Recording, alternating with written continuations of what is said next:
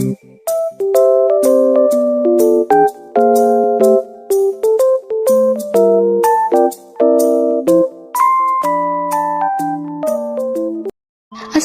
warahmatullahi wabarakatuh. Kami dari kelompok 6 di sini kami akan membahas tentang pengertian dari teknik pembelajaran matematika dan macam-macam teknik pembelajaran matematika.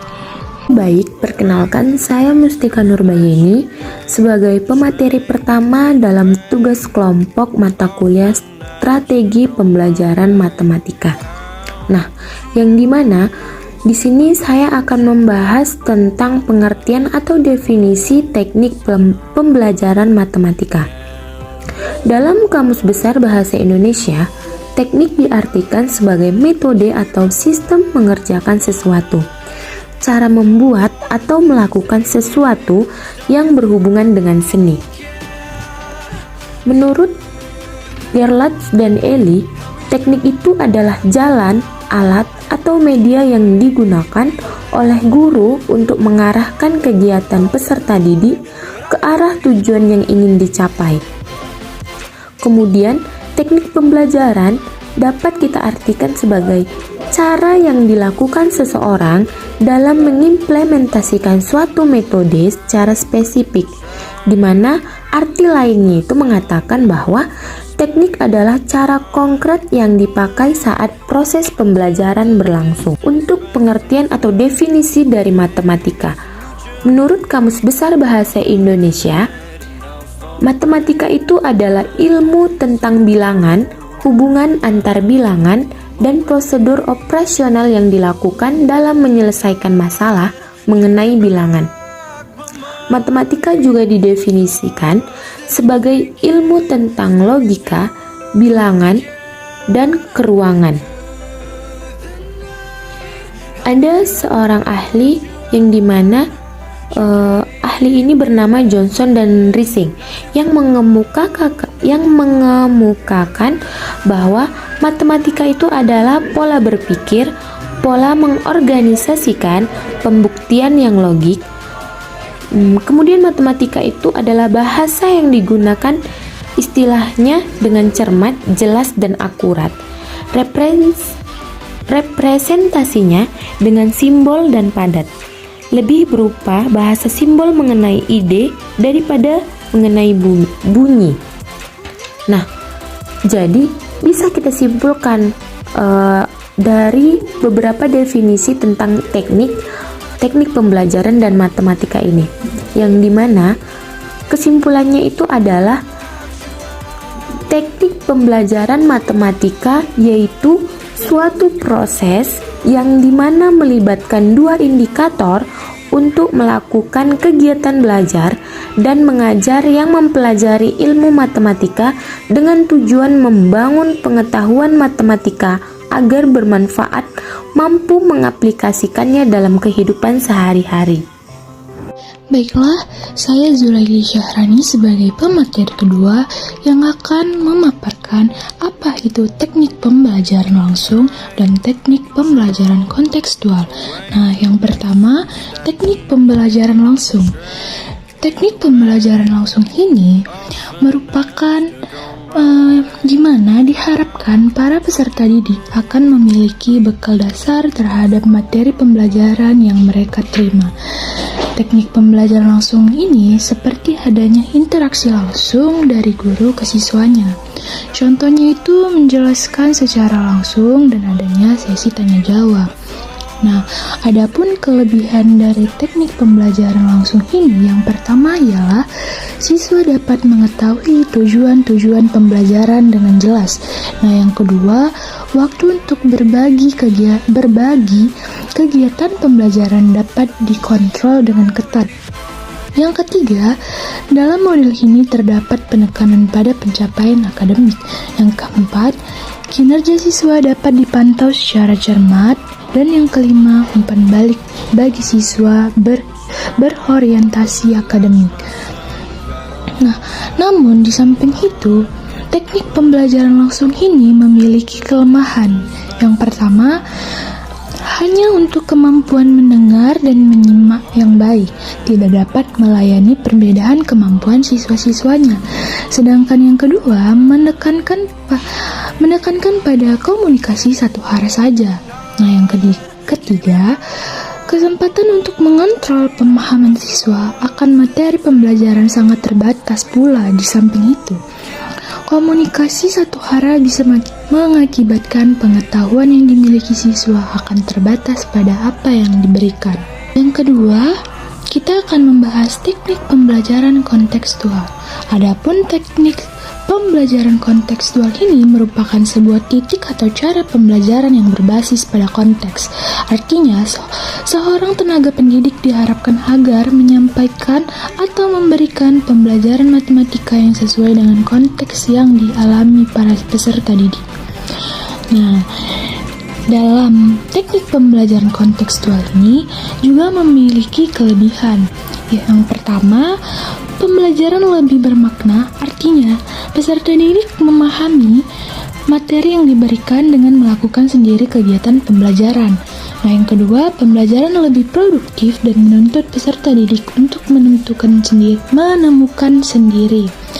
Yang ketiga, pembelajaran mendorong peserta didik untuk lebih berani mengemukakan pendapat tentang materi yang dipelajari. Yang keempat, pembelajaran mendorong rasa ingin tahu peserta didik tentang materi yang dipelajari. Yang kelima, pembelajaran menumbuhkan kemampuan peserta didik dalam bekerja sama untuk memecahkan masalah yang diberikan. Yang keenam, pembelajaran mengajak peserta didik untuk membuat kesimpulan dari kegiatan pembelajaran yang telah dilakukan. Namun, di sisi lain, pembelajaran kontekstual ini juga memiliki kelemahan. Nah, adapun kelemahan dari teknik pembelajaran kontekstual itu ialah yang pertama, peserta didik yang tidak dapat mengikuti pembelajaran tidak mendapatkan pengetahuan yang sama dengan teman lainnya. Yang ketiga, diperlukan waktu yang cukup lama saat proses pembelajaran kontekstual berlangsung. Yang keempat, jika guru tidak dapat mengendalikan kelas, maka menciptakan situasi kelas yang kurang kondusif. Yang kelima, guru lebih intensif dalam membimbing. Karena dengan pendekatan kontekstual, guru tidak lagi berperan sebagai pusat informasi. Tugas guru di sini hanyalah mengelola kelas sebagai sebuah tim yang bekerja sama untuk menemukan pengetahuan dan keterampilan yang baru bagi peserta didiknya. Saya Syifa Husna Ramadhani sebagai pemateri ketiga yang akan membahas teknik pembelajaran kooperatif dan teknik pembelajaran problem solving.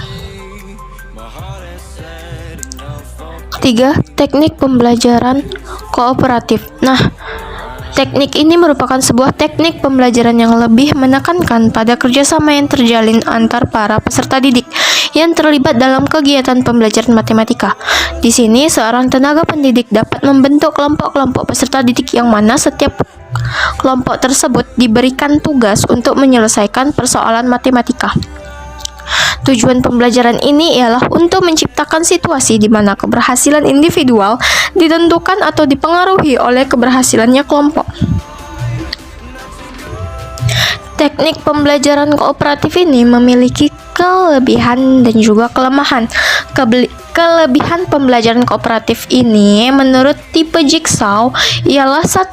Meningkatkan rasa tanggung jawab siswa terhadap pembelajarannya sendiri dan juga pembelajaran orang lain. 2.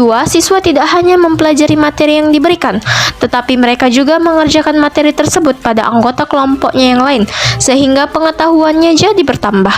3. Menerima keragaman dan menjalin hubungan sosial yang baik dalam hubungan dalam belajar.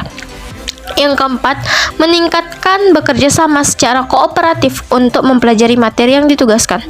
Nah, selain kelebihan, pembelajaran ini juga memiliki kelemahan, yaitu yang pertama, jika guru tidak meningkatkan agar siswa selalu menggunakan keterampilan kooperatif dalam kelompok masing-masing, maka dikhawatirkan kelompok akan macet dalam pelaksanaan diskusi. 2. Jika anggota kelompoknya kurang akan menimbulkan masalah. Yang ketiga, membutuhkan waktu yang lebih lama, apalagi bila penataan ruang belum terkondisi dengan baik, sehingga waktu untuk berubah posisi yang dapat menimbulkan kegaduhan. Nah, itulah penjelasan dari teknik pembelajaran kooperatif. Sekarang kita masuk ke slide berikutnya. Yang keempat, teknik pembelajaran problem solving. Untuk memberikan pembelajaran matematika kepada para peserta didik, maka seorang tenaga pendidik dapat menggunakan teknik pembelajaran yang berorientasi pada problem solving atau pemecahan masalah. Di sini, seorang tenaga pendidik dapat memberikan tugas kepada para peserta didiknya untuk memecahkan soal-soal dalam pembelajaran matematika yang diberikan oleh tenaga pendidiknya. Menurut Rusvendi, suatu persoalan menjadi masalah jika siswa tidak mengenal persoalan itu. Siswa menganggap persoalan itu jadi masalah karena siswa belum memiliki prosedur atau algoritma tertentu untuk menyelesaikannya. Siswa juga harus mampu menyelesaikannya, baik kesiapan mentalnya maupun pengetahuannya, terlepas ia sampai atau tidak pada jawabannya.